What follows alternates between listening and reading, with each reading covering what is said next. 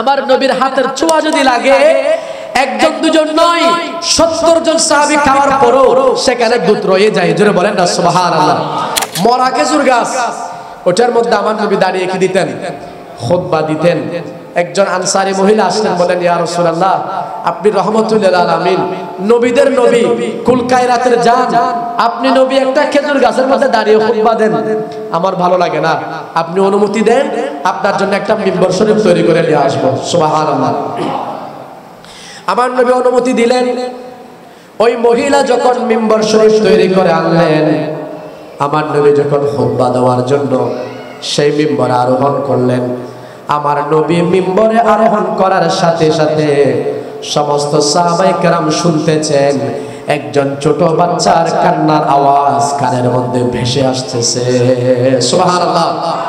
সাহাবায়ে কেরাম এদিক সেদিক তাকায়, কাউকে দেখে না, ডানে তাকায়, বামে তাকায়, সামনে তাকায়, পিছনে তাকায়, আওয়াজ আসছে যে ছোট বাচ্চার মতো ফুফিয়ে ফুফিয়ে কান্না করছেন।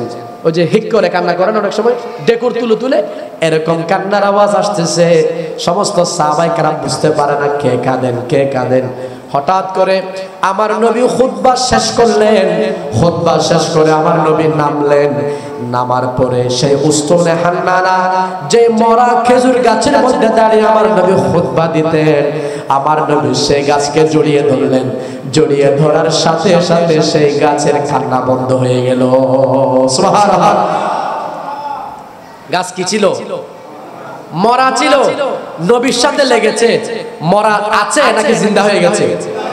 আমার কথা এখানেই, যদি নবীর সংস্পর্শ লাগার কারণে, নবীর পা মুবারক লাগার কারণে মরা খেজুর গাছ জিন্দা হতে পারে, আজকে আমরা যারা এখানে এসেছি শাহ জাফর আউলিয়া রাহমাতুল্লাহ আলাইহির মাজার প্রাঙ্গণে, এখানে এই মসজিদের মধ্যে বসে আমরা যারা আলোচনা শুনছি, আমাদের কলব যদি মরা হয়, আমাদের কলবে যদি পাপ থাকে, ওই নবীর মুহাব্বত যদি অন্তরে লাগে, আল্লাহ আমাদের কলবকে জিন্দা করতে পারেন কি পারেন না? এই আকীদা বিশ্বাস আছে কিনা? সবাই হাত তুলে দেখান আছে কিনা। আল্লাহু আকবার। ইয়া রাসূলুল্লাহ, ইয়া গাউসুল আযম দস্তগীর, জিন্দাবাদ জিন্দাবাদ জিন্দাবাদ জিন্দাবাদ। মাশাআল্লাহ, আল্লাহ কবুল করুক, সকলে বলে আমিন। তাহলে আল্লাহ চাইলে আমাদের কলবকে জিন্দা করতে পারেন কিনা। সুতরাং এই আকীদা বিশ্বাস রাখতে হবে। তো মিলাদুন নবী করা মানে ইমানকে তাজা করা। এজন্য আল্লামা আমাদের একজন নাত লেখক ছিলেন, আমাদের ভাইরা চিনবেন, শমসু ভান্ডারী নাম ছিল ওনার। কি ছিল?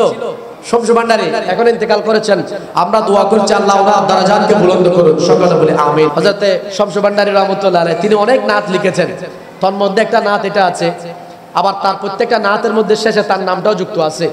তো যত ভাইয়েরা নাত করবেন, আমি এখানে একটা কথা বলি, আমাদের অনেক ভাইয়েরা নাত করে লেখক যে নামটা দিয়েছেন সে নামটা অনেকে বলে না, এটা ঠিক নয়।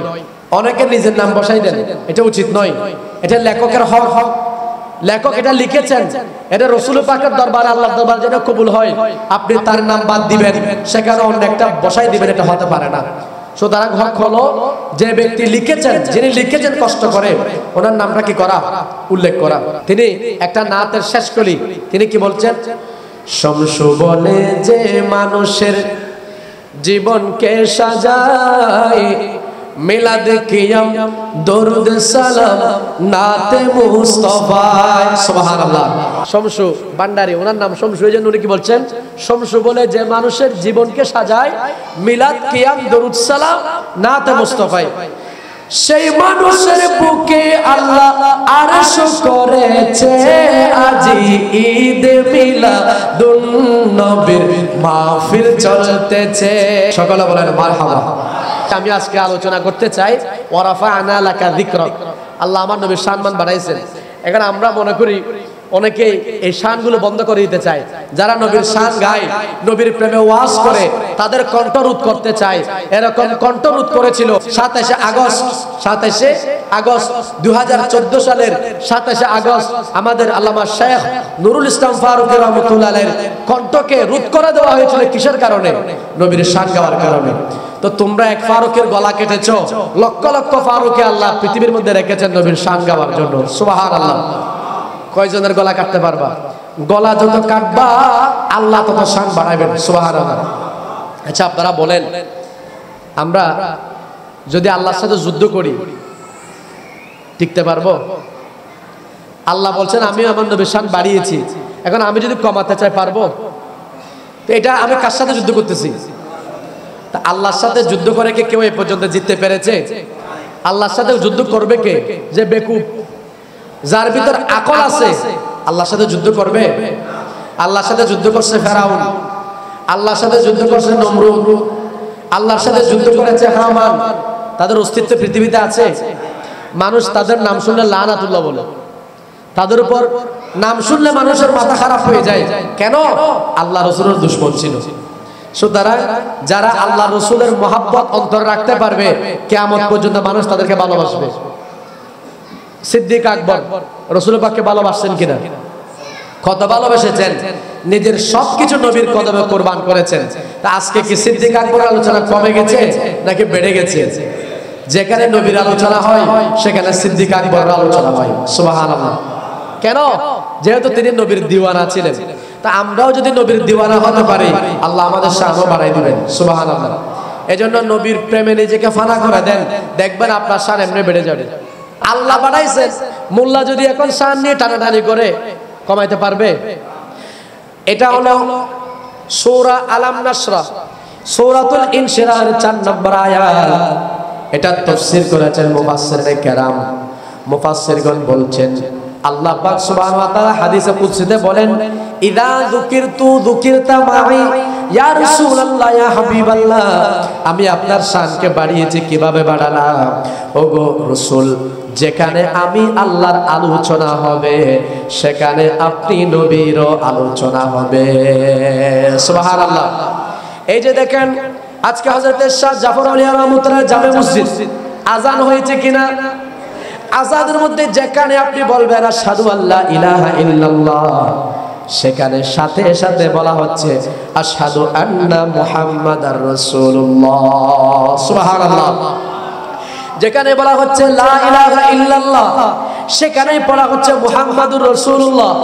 যেখানে পড়া হচ্ছে আশহাদু আল্লা ইলাহা ইল্লাল্লাহ ওয়াহদাহু লা শারীকা লা, সেখানেই পড়া হচ্ছে ওয়া আশহাদু আন্না মুহাম্মাদান আবদুহু ওয়া রাসূলুহু। সুবহানাল্লাহ। যারা রাসূল পাকের শান সইতে পারে না, দেখেন আল্লাহু মুহাম্মদ সাল্লাল্লাহু আলাইহি সাল্লাম আছে কিনা? দুই পাশে আছে না? এক বক্তা বলেছিল আল্লাহু মুহাম্মদ পাশাপাশি লেখা, এটা নাকি শিরিক হয়ে যাবে। নাউজুবিল্লাহ। আরো শুরু করে বলেন। আচ্ছা আপনারা বলেন আল্লাহু মুহাম্মদ সাল্লাল্লাহু আলাইহি ওয়াসাল্লাম পাশাপাশি লেখা শিরিক নাকি ইবাদত? এটা শিখিয়েছেন কে? সিদ্দিক আকবর। কে শিখিয়েছেন?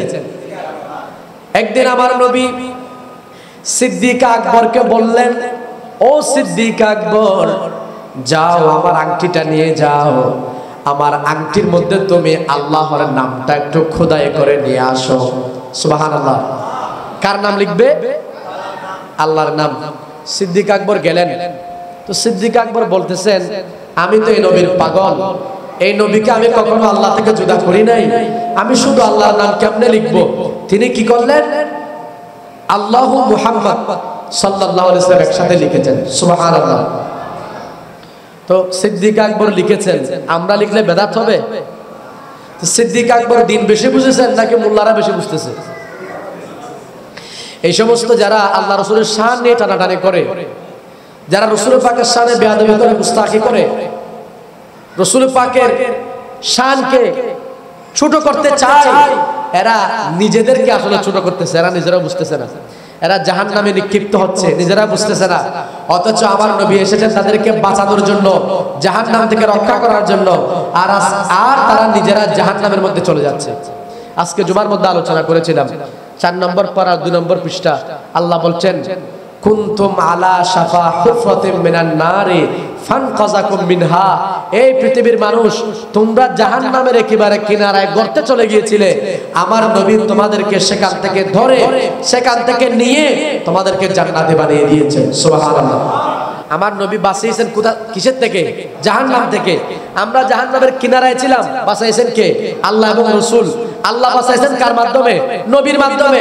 তো নবীর মাধ্যমে যদি আল্লাহ বাঁচাইতে পারে, তা আমাদের দেশের কিছু হুজুরদের সহ্য হয় না, আমরা যখন বলি আপনারা বলেন নবী তারানেওয়ালা নবী বাঁচা প্রাণের চেয়েও প্রিয় তাই নবীকে জানুন, ভালো যতই বাসতে হয় নবীকে বাসুন, ভালো যতই বাসতে হয় নবীকে। সুবহানাল্লাহ বলেন। আমরা নবীকে ভালোবাসবো কিনা? আল্লাহ আমাদেরকে ভালোবাসার তৌফিক দান করেন, সকলে বলি আমিন। তা আল্লাহ কি বলছেন? ইদা যুকিরতু যুকিরতা মাই, ইয়া রাসূলুল্লাহ যেখানে আমার আলোচনা হবে সেখানে আপনি নবীর আলোচনা হবে। সুবহানাল্লাহ। আচ্ছা আরেকটা তথ্য দিই, পৃথিবীর মধ্যে কি মসজিদ কি শুধু একটা আছে? কত আছে আপনি গুনতে পারবেন? হিসাবের মধ্যে আনতে পারবেন? আচ্ছা পৃথিবীর মধ্যে কি সব মসজিদে আযান একসাথে হয়? একসাথে হচ্ছে? মনে করেন সৌদি আরবের সাথে আমাদের 3 ঘন্টা ব্যবধান, তাহলে আমরা যদি এখানে এশার নামাজ পড়ি কয়টায়? 8:30টায়, তাহলে ওরা পড়বে আরো 3.5 ঘন্টা পরে, আরো 3 ঘন্টা পরে, ঠিক না? তো এভাবে সারা পৃথিবী আপনি হিসাব করেন। আল্লাহ পৃথিবী বানিয়েছেন গুল, পৃথিবীটা কি গুল, তাহলে এটা ওয়াক্ত এটা বিভিন্ন ভাবে হয়। কখনো বাংলাদেশে ফজর, অন্য দেশে জোহর, অন্য দেশে আসর, অন্য দেশে মাগরিব, অন্য দেশে এশা। তার মানে পৃথিবীর কোনো না কোনো দেশে এই মুহূর্তে আযান হচ্ছে। সুবহানাল্লাহ। অথবা পৃথিবীর কোনো না কোনো দেশে এই মুহূর্তে সন্তান ভূমিষ্ঠ হয়েছে, কানের মধ্যে আযান হচ্ছে। তো সেখানে আশহাদু আল্লা ইলাহা ইল্লাল্লাহ আছে, সেখানে পাশাপাশি আশহাদু আন্না মুহাম্মাদার রাসূলুল্লাহ আছে। সুবহানাল্লাহ। তো নবীর শান পৃথিবীতে চলতেছে কিনা?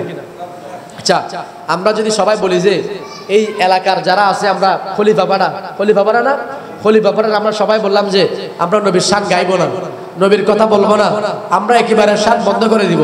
তা আপনি বন্ধ করলে কি হবে? আল্লাহ প্রত্যেকদিন আমার নবীর রোজা শরীফের মধ্যে সকালে 50,000, বিকালে 50,000, 1 লক্ষ ফেরেশতা প্রত্যেকদিন প্রেরণ করে শুধু আমার নবীর উপর দরুদ সালাম পাঠ করার জন্য। কয় হাজার করে? 50,000 সকালে, 50,000 বিকালে, সর্বমোট কত? 1 লক্ষ। কেউ কেউ 70,000ও বলেছেন। এখন শুনেন আরো গুরুত্বপূর্ণ তথ্য, যে ফেরেশতা আজকে একবার এসেছে কিয়ামত পর্যন্ত আর আসতে। এবার আপনি হিসাব করেন আল্লাহর জগতে কতগুলো ফেরেশতা আছে, আর এই সমস্ত সকল ফেরেশতারা সদা সর্বদা আমার নবীর উপর দরুদ পড়তেছে। আমরা সুন্নিরা মাহফিল শুরু করার আগে কোন আয়াত পড়ি? ইন্নাল্লাহা ওয়া মালাইকাতাহু ইউসাল্লুনা আলান নবী ইয়া আইয়ুহাল্লাযীনা আমানু সাল্লু আলাইহি ওয়া সাল্লিমু তাসলিমা সাল্লাল্লাহু আলা সাইয়্যিদিনা ওয়া আলিহি। এই আয়াতের মধ্যে কি বলতেছে? ইন্নাল্লাহা, নিশ্চয় আল্লাহ, ওয়া মালাইকাতাহু, এবং তার ফেরেশতারা, ইউসাল্লুনা আলান নবী, নবীর উপর দরুদ সালাম পেশ করে। সুবহানাল্লাহ। তো আর আল্লাহ নির্দেশ দিচ্ছেন কাদেরকে? ইয়া আইয়ুহাল্লাযিনা, জোরে বলেন না, ইয়া আইয়ুহাল্লাযিনা, ঈমানদারকে বলেছেন। এজন্য ঈমানদার পড়তেছে। তো যদি বলেন হুজুর বেঈমান তো পড়তেছে না, তা আল্লাহ বেঈমানকে পড়তে বলেও নাই। সুবহানাল্লাহ। তো যাদেরকে পড়তে বলছেন তারা পড়তেছে। তো বেঈমান না পড়লেও কোনো অসুবিধা নাই, মুমিন যারা তারা পড়তেছেন। আল্লাহ তৌফিক দান করুন, সকলে বলি আমিন। শেষ করব, এর আগে রাসূল পাকের একটা শান, একটা মুজিজা আপনাদের সামনে তুলে ধরি। এটা কেন? আমরা যাতে নিজেদের ঈমানকে মজবুত করতে পারি। আবু হুরায়রা নাম শুনছেন? উনি কি আমার নবীর সাহাবী। পৃথিবীর মধ্যে আমার নবীর যত সাহাবী আছেন, সাহাবীদের মধ্যে সবচেয়ে বেশি যিনি হাদিস বর্ণনা করেছেন তিনি হচ্ছেন আবু হুরায়রা রাদিয়াল্লাহু তাআলা আনহু। জোরে বলেন সুবহানাল্লাহ। আসল নাম আবু হুরায়রা নয়, আসল নাম ছিল আব্দুর রহমান বা আব্দুল্লাহ। কিন্তু আমার নবীর জুবান দিয়ে একদিন আবু হুরায়রা বের হয়েছে। এজন্য সাহাবায়ে কেরাম আমার নবীর জুবান থেকে যে শব্দ বের হতো সেটাকে গনিমত মনে করত। সেটাকে বেশি পছন্দ করত। একবার আমার নবী আবু হুরায়রা বলেছেন, এটা ওনার জন্য একেবারে দলিল হয়ে গেছে। এখন পৃথিবীর মধ্যে আব্দুল্লাহ বললে, আব্দুর রহমান বললে আবু হুরায়রাকে কেউ চিনবে না, আবু হুরায়রার নাম বলতে হবে, তখন সবাই চিনবে। সুবহানাল্লাহ।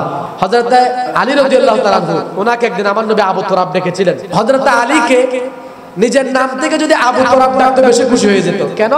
এটা আমার নবীর জবান দিয়ে বের হয়েছে। সুবহানাল্লাহ। আবু হুরায়রা রাদিয়াল্লাহু তাআলা আনহুর খোদা মনের ভিতর তো বড় আফসোস, বলে একটু যদি খাবার পাইতাম। তো ওনারা ছিলেন আসহাবে কাহফের সদস্য, 70 জন ছিলেন। কয়জন? 70 জন। এই 70 জন বিয়ে শাদী করেন নাই, মসজিদে থাকতেন, এবং তাদের যখন ক্ষুধা লাগতো রাসূল পাকের চেহারা মোবারক দেখলে ক্ষুধা চলে যেত। সুবহানাল্লাহ। রাসূল পাকের চেহারা দেখলে ক্ষুধা চলে যেত। একদিন বড় ক্ষুধার্ত ফারুক আজমকে ইশারা দিলেন, বুঝেন নাই। সিদ্দিক আকবরকে ইশারা দিলেন, তিনিও তেমন একটা ভ্রুক্ষেপ করেন নাই। কিন্তু আমার নবী যখন দেখেছেন, বুঝে গেছেন যে আবু হুরায়রা এবং আসহাবে সুফফা বড় ক্ষুধার্ত। সুবহানাল্লাহ। আমার নবী এক বাটি দুধ, কি এক বাটি দুধ আমার নবী হযরত আবু হুরায়রাকে দিলেন। বলেন, আবু হুরায়রা, এটা নাও, তুমি আগে পান করিও না। মসজিদের মধ্যে যে 70 জন আসহাবে সুফফা আছে, তুমি ছাড়া আরো 69 জন, তাদের প্রত্যেককে পান করাও। সুবহানাল্লাহ। আবু হুরায়রা বলতেছে, খোদার জ্বালায় এমনে প্রাণ বাইরে হয়ে যাওয়ার অবস্থা, এখানে এক বাটি দুধ বলা আবার আমি 70 জনকে খাওয়াবো, কেমনে সম্ভব? তবে সাহাবায়ে কেরাম আকীদা, আমার নবী যখন বলেছেন তাহলে অবশ্যই 70 জন নয়, 70,000 খেলেও কোনো অসুবিধা হবে না। হযরত আবু হুরায়রা বাটি নিলেন, নিয়ে মসজিদে প্রবেশ করলেন। মসজিদের ভিতরে যত আসহাবে সুফফার সদস্য ছিলেন প্রত্যেককে পান করালেন, প্রত্যেকে পান করলেন। সবার তৃষ্ণা, সবার ক্ষুধা নিবারণ হয়ে গেল। এবার আবু হুরায়রাকে আমার নবী বললেন, ও আবু হুরায়রা, তুমি পান করো। আবু হুরায়রা একবার পান করলেন, বললেন, ও আবু হুরায়রা আবার পান করো। তিনি দ্বিতীয়বার পান করলেন। আমার নবী বললেন, ও আবু হুরায়রা আবার পান করো। তিনি তৃতীয়বার পান করলেন। আমার নবী যখন বললেন, ও আবু হুরায়রা আরেকবার পান করো, হযরত আবু হুরায়রা বলছেন, ইয়া রাসূলুল্লাহ, আর আমার পান করার সাধ্য নাই, আমার পেট ভরে গেছে, তৃষ্ণাও নিবারণ হয়েছে, ক্ষুধাও মিটে গেছে, ইয়া রাসূলুল্লাহ আমি আর পান করতে পারবো না। 70 জন মিলে যা শেষ করতে পারে নাই। এবার আমার নবী নিলেন, বলেন আমাকে দাও। আমার নবী নিয়ে সবগুলো নিমিষেই পান করে ফেলেছে। সুবহানাল্লাহ।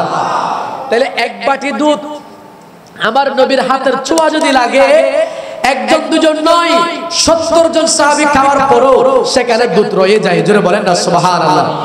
এটা আমার নবীর বরকত। তা আমি এই কথা কেন বললাম? আমি এটা এই জন্য বলছি, আমার নবীর একটি তাওয়াজ্জু, একটি নজর যদি আজকে এই মসজিদের প্রতি, এই এলাকাবাসী যারা মিলাদুন নবীর মাহফিল করছেন, আমাদের প্রতি যদি একবার পড়ে, আমাদের জীবন উভয় জাহান ধন্য হয়ে যাবে। আমাদের আর কোনো জান্নাতের চিন্তা করতে হবে না, দুনিয়ায় থাকতে জান্নাত আমাদের জন্য নিশ্চিত হয়ে যাবে। সুবহানাল্লাহ। সুতরাং সবসময় নবীর ভালোবাসা, নবীর মোহাব্বত পাওয়ার চেষ্টা করবেন। যদি অন্তরের ভিতরে একবার নবীর মোহাব্বত চলে আসে, নবী যদি আপনাকে একবার কবুল করে ফেলেন, জান্নাত আপনার জন্য নিশ্চিত হয়ে যাবে। সুবহানাল্লাহ। আরেকটা মুজিজা শুনেন।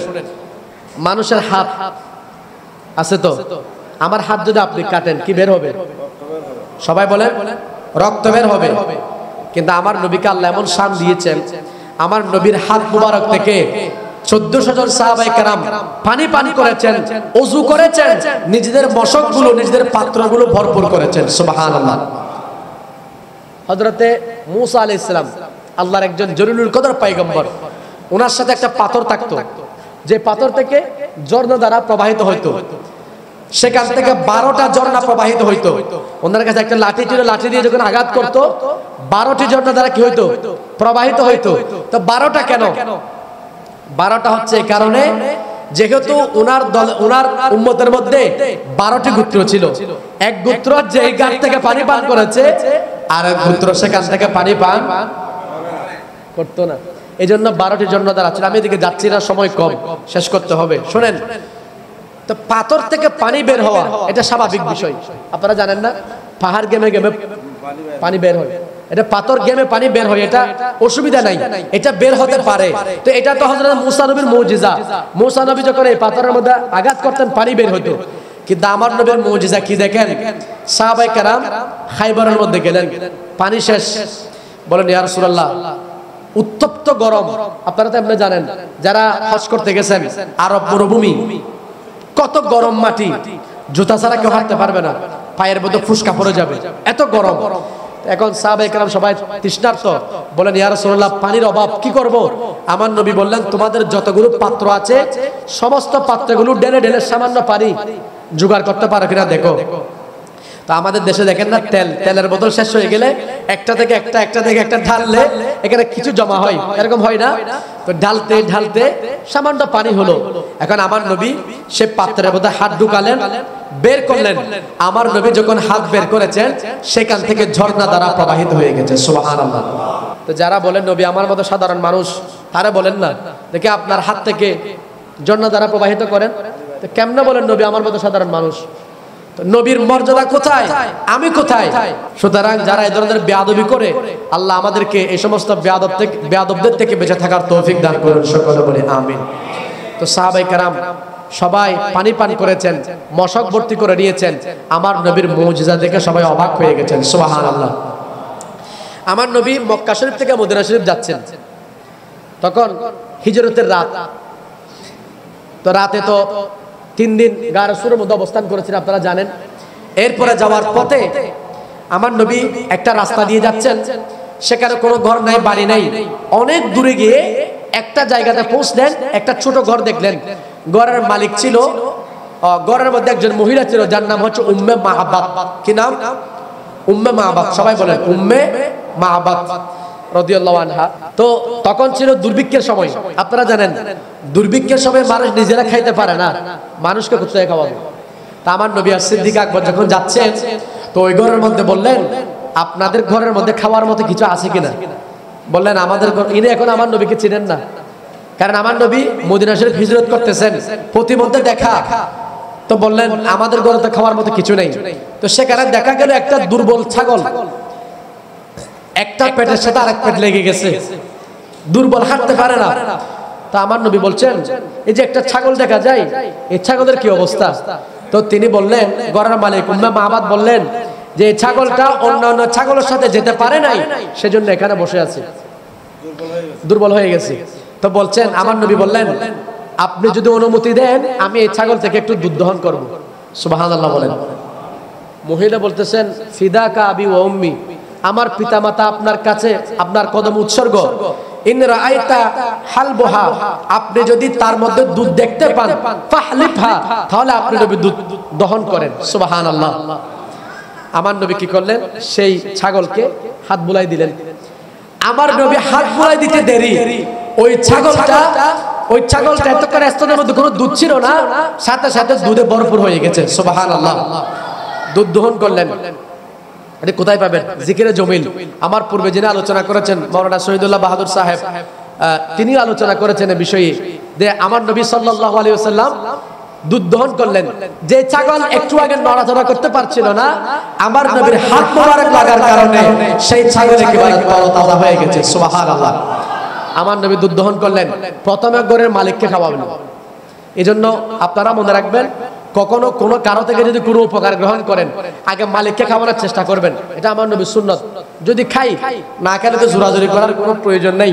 অনেক সময় ঘরের মালিকরা আমাদেরকে খাওয়াইতে চান, মেহমানকে খাওয়াইতে চান। তা আমার নবীর সুন্নত হলো আগে ঘরওয়ালাকে খাওয়াতেন। সুবহানাল্লাহ। তা আমার নবী বললেন, আগে আপনি খান। তো উম্মে মাহাবাতকে পান করালেন, তিনি খেলেন। এরপর আমার নবী আরো দুধ দহন করলেন, যারা ছিল পাশে তাদেরকে খাওয়ালেন। সিদ্দিক আকবর খেলেন, আমার নবীও খেলেন। এরপরে ওই ছাগলটা স্মৃতি হিসাবে তার কাছে রেখে গেলেন। সুবহানাল্লাহ। তো উম্মে মাহাবাত বলছেন, আমার এই ছাগলটা কতদিন ছিল? আমার নবীর ইন্তেকাল হয়ে গেছে, এরপরও ছিল। সিদ্দিক আকবরের জমানায় সিদ্দিক আকবর দুনিয়া থেকে চলে গেলেন, তখনও ছিল। এরপরে যখন ফারুক আজমের জমানা আসলো, তখন কহৎসালি দেখা দিয়েছে, আবার দুর্ভিক্ষ। এমন দুর্ভিক্ষ যে একটা শুকনা গাছ পর্যন্ত ছিল না, সবকিছু মরে গেছে, কিছু খাইতে পারতো না। এরপরও এই ছাগল সকাল সন্ধ্যা দুধ দিত, শুধুমাত্র আমার নবীর হাত মোবারকের বরকতে। জোরে বলেন না সুবহানাল্লাহ। কোন নবীর মিলাদুন নবীর মাহফিল করতে আসছেন চিন্তা করেন। যে নবীর একটু হাত লাগলে, যে ছাগল একেবারে দুর্বল, শরীরের মধ্যে শক্তি নেই, হাঁটতে পারে না, সেই ছাগল 15 থেকে 20 বছর দুধ দিয়েছে আমার নবীর হাত মুবারকের কারণে। সুবহানাল্লাহ।